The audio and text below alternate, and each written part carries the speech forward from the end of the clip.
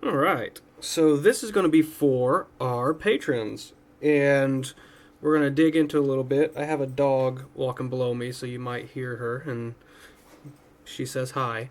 So here's what we got. We got this gold coin with the Star of David on it, or the hexagram, as some of you will prefer it being called.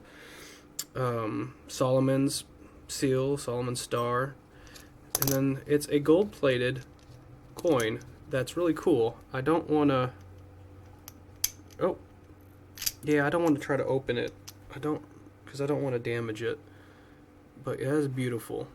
So we'll put that off to the side, and then got a sticker here that I'll probably put on something eventually. And then we talked about this a little bit, about this as a hint on his upcoming deck he's releasing that Travis is building for the Vlad the Impaler deck. So that's really cool. I'm going to have to order that as well because the artwork is beautiful on this. So kind of keep that in mind. And I'll try to let you guys know as soon as it comes available. So this is a beautiful box here. And it has a beautiful felt to it. I'm actually probably going to build another box to house this box because I don't want anything to happen to it. It's beautiful. It has a nice little lasp on it. Beautiful engraving there. It came in several options depending on what tier you got, and I specifically ordered this one because I love the blue. So when you open it up, you have the nice inlay and everything. You have the beautiful box, the beautiful cards that are held by another beautiful box, and then the inlay here, the little gold fabric, which is more like a silk type, I believe, and it's just absolutely beautiful. Sorry about that movement. The dog is trying to get underneath me. So let's take this out of the box and let's dig in to the card deck a little bit. So what I find fascinating about this is with traditional tarot, you have your rightward facing and then you have your reverse facing. And each way it comes up with different meanings or different interpretations. And then these, they have your what I will call benevolent angels, and then you have your malevolent demons. But we all know that malevolence and benevolence is all dependent on the situation, right? At least we would like to say that. So each one has an angel on it that focuses primarily on the Solomonic works. And I'm not quite an expert on all the Solomonic works, so I'm not going to try to say anything with authority, and I can stand corrected. For more information about that. One more thing. Okay. So, my recommendation, bless you, my recommendation would be to talk to Aaron Leach on more about the Solomonic tradition and stuff like that. He is my go-to when I have questions. So he's pretty wise at it. So we have Baal, and I'm not even going to pronounce some of these because I haven't got the time to reference to make sure I'm pronouncing them correctly. So, of anger and new beginnings. And keep in mind, everything on the side here is all gilded. It's beautifully gilded. Ooh, what's this? I didn't see this earlier. We'll get to that here in just a second. And there's the back of the cards. Love and wisdom and immortality.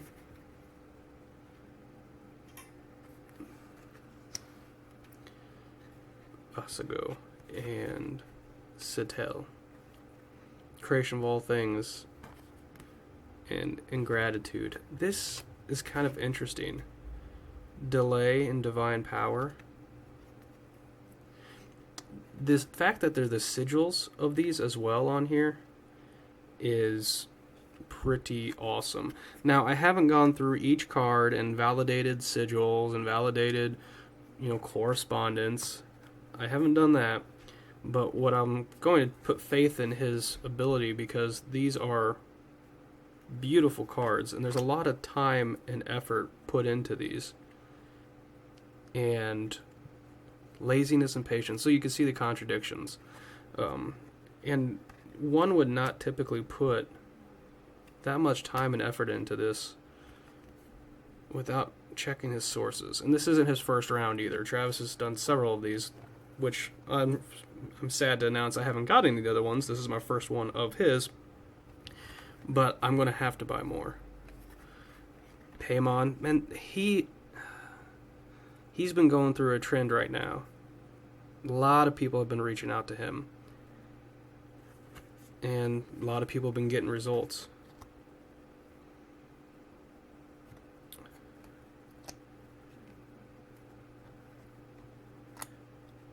So what I imagine we're going through now,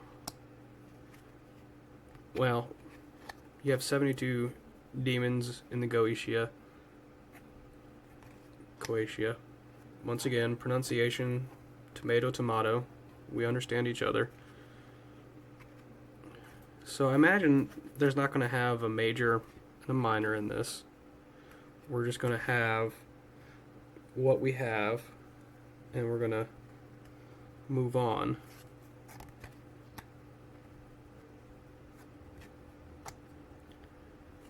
Man, there's just... the cards are beautiful. And I'm going to have to build up my use of them. Because at the moment, the way I traditionally read, there's not a lot of symbolism here for me at the moment to read with. Now, as you build up and you understand each of the spirits and what the spirits are doing, you can start building up that symbolism. And as I said in a video recently that I announced, symbolism can also be made and built upon by experience. You don't have to have a written word from a book of long ago saying that this means this. Your experience with these things can also be built through your own symbolism, your own personal gnosis, your own personal experiences that can be built into the overall. Now, there's general archetypes, but that's a whole different story.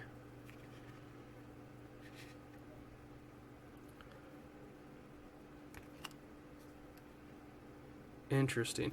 Okay. Intellectual talent and greed. This is kind of interesting, okay?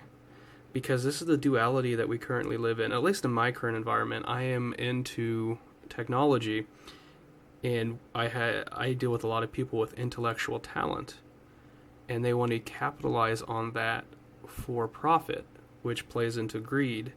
So this is interesting. I can start to see a little bit of the symbolism of what it would do. Interesting.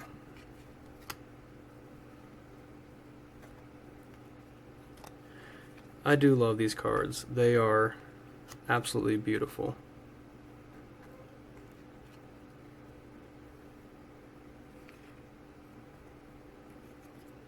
And what's beautiful about them is you can tell they were designed with intent. They have purpose. They have use. A lot of things these days, when it comes to Oracle decks, they build them for a market, like your Druids, your Neo-Pagans, your Wiccans. They try to play up a certain aspect, your Fairy Oracles. And to me, as well, those can be very, very handy, but they're almost not useful. They're lifeless. They're soulless. Whereas this has a soul. To me, this lives and breathes. It has energy. And this is a deck that I probably would not leave out. I'll probably keep it in its box, because as I'm glancing at all of these, I can feel the sigils start to pop. There's things that are like, you know me, you know me, you know me. And that kind of bugs me a little bit. Because nothing with what the deck is or the creation of it, but my own personal thing is because I like to keep these things under control. I like to make sure that I call what I want to call, and that's it. And I know leaving these out, it's going to have a different kind of energy for what I'm trying to do. Once again, the glitter. You can see the glitter all over me. Girlfriend's gonna think I've been at a strip club.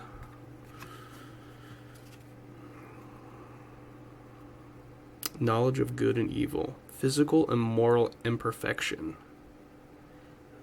That each one of these could be a meditation card too, which I probably would be a little bit weary about with the sigils on here, because there's Belial. I don't know why I called the first one Belial. That was my fault and my stupidity.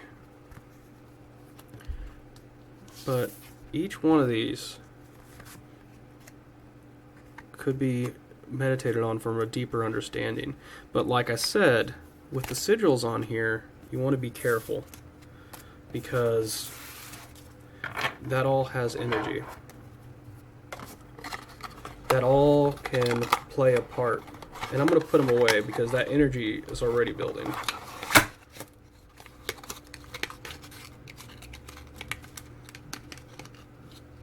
I'm going to put them away. And we're going to look at this a little bit. The Circle of Hell spread, the Circles of Hell,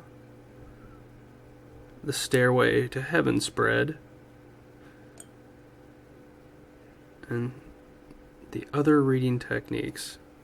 Alright, I haven't read this yet, so this spread, the angel spread, utilizes angel side of the card, creates a pathway to divine inspiration. The reader can use this spread to help discover what their aim or goal to be to move themselves forward in a relationship, career, or any aspect of life. Awesome.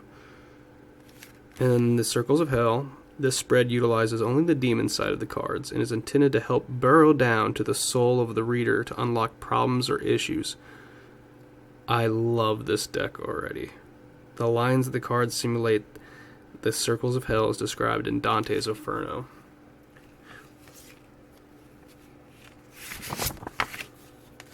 That is pretty rad, guys. Okay, so this is the symbols and words of each card. You have the Goetic number. You have the Kabbalistic number, angel's name, demon symbol, angel symbol, the positive attribute, and the negative attribute, negative meaning. Nice. The Oracle of Heaven and Hell can function much like any standard tarot oracle deck. However, each card has a positive and negative meaning. This should not be seen as good and bad. Thank you. A lot of people think that the death card's bad, that this card's bad. No. They present an argument. They present an idea. That's it. These should not be seen as good or bad, but rather two sides of the same coin. I love it. To borrow from Eastern symbolism, the concept of yin and yang, two parts that comprise a whole. There can be no light without darkness and no darkness without light. Thank you.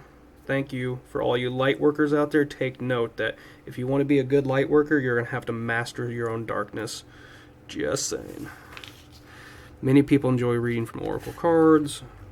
This is a very versatile deck, so don't be afraid to create your own unique spreads. Yeah, I can definitely see where I can make a couple of my own. Now, the thing with spreads is when you make them, you want to use them, practice, use them, tell other people to use them, practice, use them, because the more you use them, the more it ingrains into your own consciousness and your own ability to divine with the cards. So the more you use them, the more effective they get. Here's your typical Celtic cross right here, the one that I typically use a lot of the times.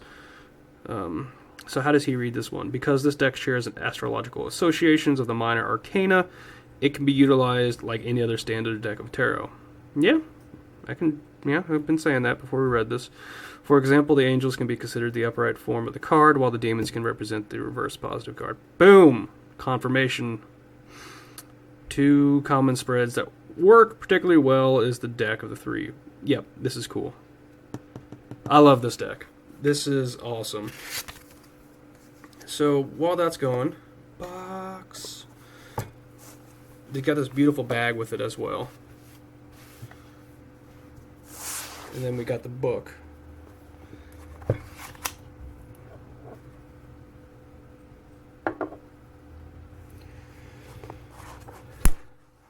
Yep, let me just hit that right there.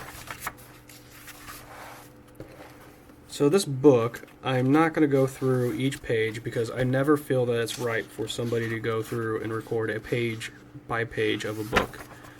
They are created for you to own and read, and PDF versions I'm almost not okay with on most times because you never get attributes to the right artist.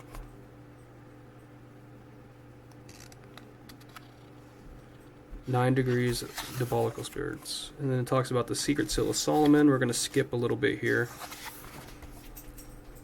Oh, cool. The 21st of June, 21st of May. Oh my goodness, really? He breaks it down like that?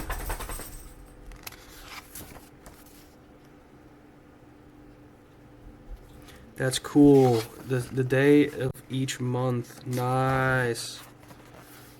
And then we talk about... Oh, beautiful. This is awesome. Yeah, I skipped a whole bunch of pages there, people. Like I said, you need this book. It's a book that you should have if you want it. Hey, girl. The dog is whining. I have the psalm for the prayer. This is cool.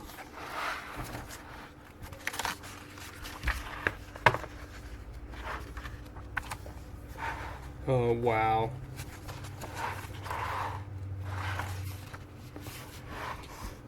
The conjuration of the spirits, the technique, the consecration of the salt. Yeah. This book is beautiful. It's a perfect size, too. I love books about that size.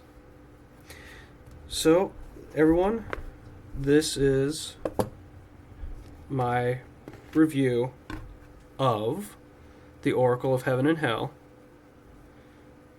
So you go ahead and go to bloodstone.info if you want to know more. Travis made an awesome box right here. I am not affiliated.